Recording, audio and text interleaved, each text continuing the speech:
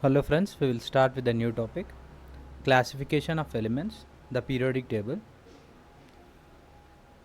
Have you observed that when you enter a medical shop, you order for a medicine with the shopkeeper, and the shopkeeper without any difficulty picks up the particular medicine you have ordered and hands it over to you.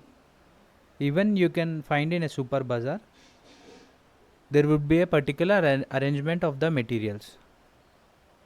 So this gives an idea that if the things are arranged in a particular manner, it can be easily be able to be found, and it provides an ease to the shopkeeper as well as the medical shop owner. In the same way, with respect to the chemistry, from the earlier times, scientists have been trying to classify the elements into a limited number and to arrange them into particular groups and periods based on their properties. Robert Boyle was one of the scientists who provided a great information about the periodic elements. At his time, only 13 elements in the periodic table have been found, and he defined an element as a pure substance that cannot be broken down into simpler substance by chemical means. For example, if you take the example of water, its formula is H2O. So, it is not a pure substance as it contains hydrogen and oxygen. So, a pure substance is the one wherein only one element is there and it can't be further broken down into smaller substances or simpler substances. So, these are some of the substances in the 17th century. As we have just discussed just now, that Robert Boyle, at his time only 13 elements were known.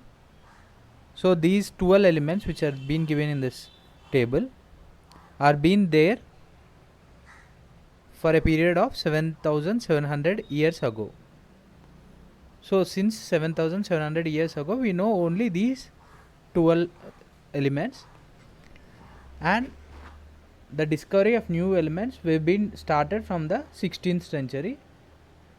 You can call it from the period starting from the period of Robert Boyle.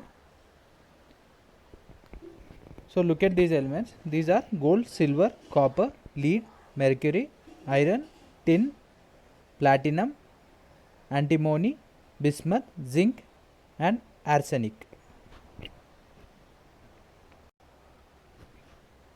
In the 16th century, there were only 13 elements, but towards the end of the 18th century, with the help of Lavoisier, who has discovered different gases, even 11 more elements have been discovered.